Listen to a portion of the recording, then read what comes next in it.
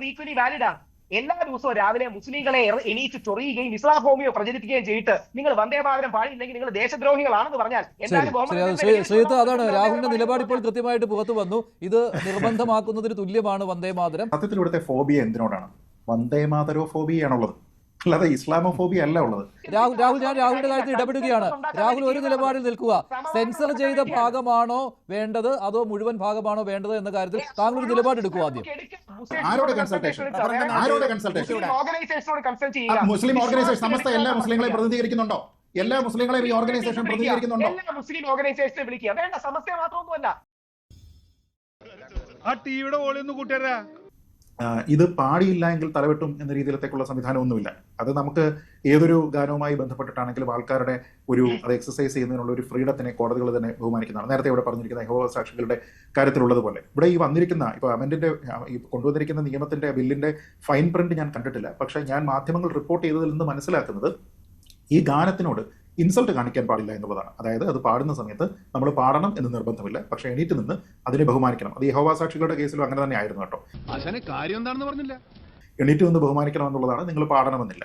നിർബന്ധമായിട്ട് ഒരാളുടെയും പാടാനായിട്ട് പറ്റില്ല. അതേപോലെ തന്നെ പാടിയില്ല എങ്കിൽ ഫൈൻ അടിക്കാനും പറ്റില്ല. ഇങ്ങനെയാണ്.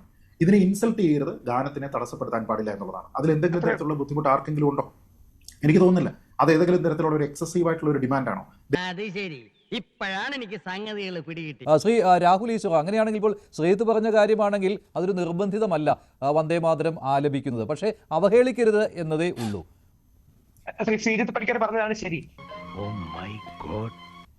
നമ്മുടെ മുഹമ്മദ് അമീർ എന്ന് പറയുന്ന നമ്മുടെ സുഹൃത്തിന് അവരുടെ വിശ്വാസപരമായ കാരണങ്ങളാൽ ഇതിനോട് ഒരു വിയോജിപ്പ് ഉണ്ടാകുന്നതിനെ നമ്മൾ ബഹുമാനിക്കണം. കാര്യം മുസ്ലിം മതവിശ്വാസികൾക്ക്, ക്രിസ്ത്യൻ മതവിശ്വാസികൾക്ക്, ജൂത മതവിശ്വാസികൾക്ക് ഒരു ശക്തമായ ഏകദൈവ വിശ്വാസ സമ്പ്രദായമുണ്ട്. മുസ്ലിങ്ങൾ ഇത് പാടുന്നെങ്കിൽ അത് അവരുടെ നല്ല മനസ്സും അവരുടെ അക്കോമഡേഷനുമാണ്. പാടിയില്ലെങ്കിൽ അവരുടെ നിലപാടിനെ ബഹുമാനിക്കാൻ നമുക്ക് കഴിയണം. എന്തുകൊണ്ട് കഴിയണം? അവരുടെ വിശ്വാസപ്രകാരം അള്ളാഹു അല്ലെങ്കിൽ ക്രിസ്ത്യാനികളുടെ വിശ്വാസപ്രകാരം യഹോവ, യാഹ്വേ, ഈ ഏകദൈവ സങ്കല്പങ്ങളുണ്ട്. അതായത് യഥാർത്ഥത്തിലും തിരിഞ്ഞാലോചിച്ചാൽ വന്ദേമാതരം നമ്മുടെ നാടിന്റെ, നമ്മുടെ ഹിന്ദുക്കളുടെ ഏറ്റവും വലിയ നന്മകളിലൊന്നാണ്. പിന്നെ ഇനി ആ സർട്ടിഫിക്കറ്റ് കിട്ടിയിട്ട് വേണം.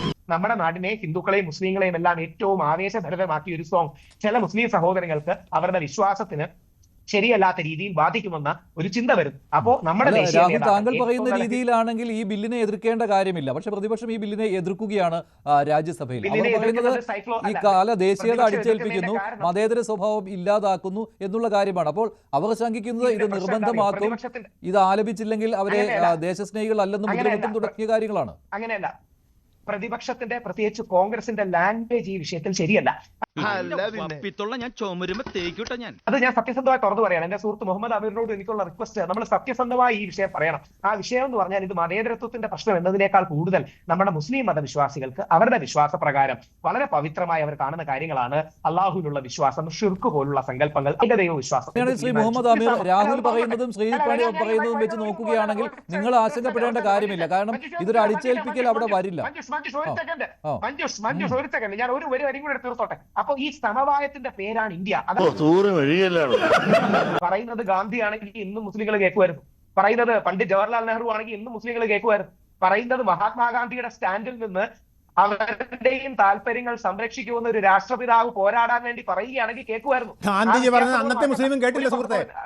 അതുകൊണ്ടാണ് ഇന്ത്യ പാകിസ്ഥാൻ രണ്ടായി പോയത്. ഗാന്ധിജി പറഞ്ഞതും നെഹ്റു പറഞ്ഞതും സുഭാഷ് ചന്ദ്രബോസ് പറഞ്ഞതൊന്നും അന്നും കേട്ടിട്ടില്ല, ഇന്നും കേട്ടില്ല.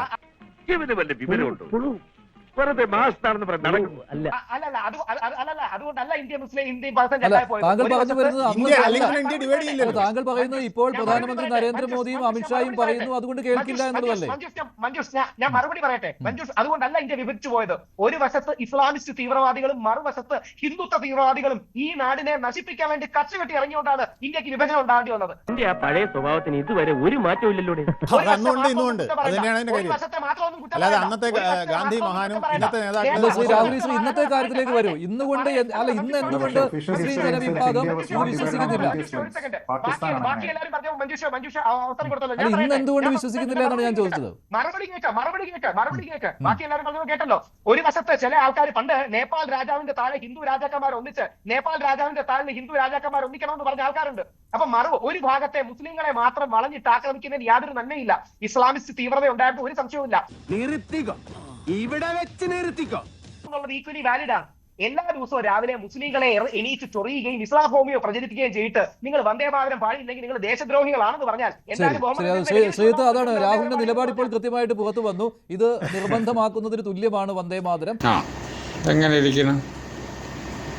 നോക്കൂ, ഇതിൽ വളരെ കൺവീനിയന്റ് ആയിട്ട് ഇത്തരത്തിലുള്ള പല ചർച്ചകളിൽ ഉപയോഗിക്കുന്ന വാക്കാണ് ഇസ്ലാമോഫോബിയ എന്ന്. സത്യത്തിൽ ഇവിടുത്തെ ഫോബിയ എന്തിനോടാണ്?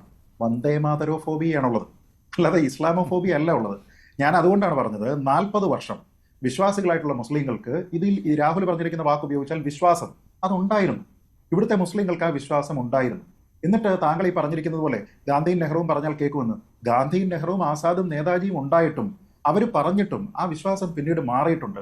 അത് ആർക്കാണെന്ന് മാറിയത്? ആ വന്ദേമാതരോ ഫോബിയ ഉണ്ടായത് അന്ന് ഏതെങ്കിലും ഹിന്ദു പോയി, വർഗീയ ഹിന്ദു അവിടെ പോയിട്ട് ഈ 40 കൊല്ലം പാടിയപ്പോൾ അതിനിടയിൽ കുത്തിത്തിരിപ്പ് ഉണ്ടാക്കിയത് കൊണ്ടാണോ ആ സമയത്ത് മുസ്ലിം ലീഗിന് ഒരു വെളിപാടുണ്ടായത്? അല്ല, അതിന് പറയുന്ന പേരാണ് വർഗീയത.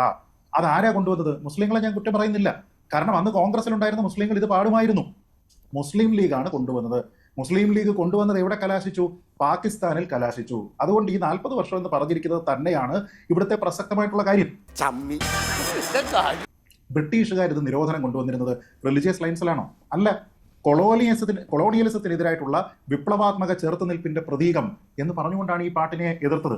ഇന്ത്യ രൂപീകൃതമായിരിക്കുന്നതിനെ കുറിച്ച് പറഞ്ഞു, റിലീജിയസ് ലൈൻസിന്റെ കാര്യം പറഞ്ഞു. പക്ഷെ അങ്ങനെയല്ല, പാകിസ്ഥാൻ രൂപീകൃതമായിരിക്കുന്നതാണ് മതപരമായിട്ട്.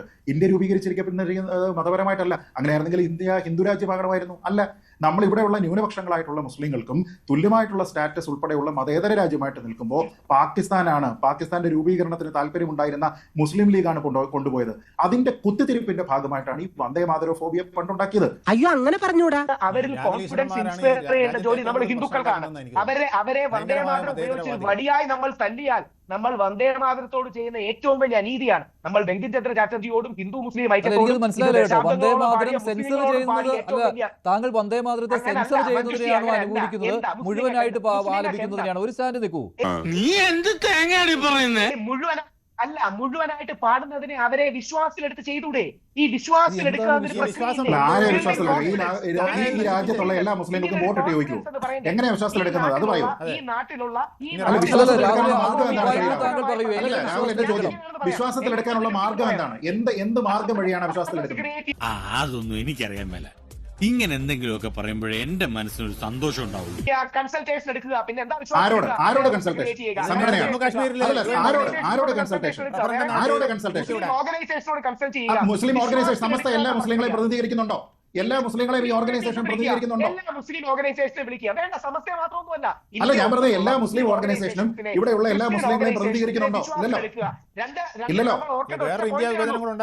ഞാൻ ചോദിക്കുന്നത് ഹിന്ദുക്കളെ വിശ്വാസത്തിൽ എടുക്കണമെങ്കിൽ താങ്കൾ ആരെ വിളിക്കും? അതിന് തന്നാരും വിളിച്ചില്ല. വിളിച്ചു തന്നെയല്ലേ എങ്ങനെയാ? ഞാൻ ചോദിക്കുന്ന ചോദ്യത്തിന് മറുപടി ആരെ വിളിക്കും? NSSനെയും KPMSനെയും SNDPയും വിളിച്ചാൽ മതിയോ? ഭൂരിപക്ഷം നമ്മളല്ലേ? അല്ല, ആ ഭൂരിപക്ഷം ആര്? അങ്ങനെയൊന്നുമില്ല. അത് വെറുതെ ഒരു ബ്ലാങ്ക് സ്റ്റേറ്റ്മെന്റ് ആണ്. ഒരു കാരണവശാലും റെഫറൻഡം സാധ്യമല്ലാത്ത ഒരു കാര്യത്തിലാണ് വെറുതെ പറയുന്നത് അവരെ വിശ്വാസത്തിലെടുക്കാമെന്ന്. അവരെ വിശ്വാസത്തിലെടുക്കാനുള്ള ഒരു മാർഗവും നമ്മുടെ മുന്നിലില്ല. ഞാൻ രാഹുലിന്റെ കാര്യത്തിൽ ഇടപെടുകയാണ്. രാഹുൽ ഒരു നിലപാടിൽ നിൽക്കുക.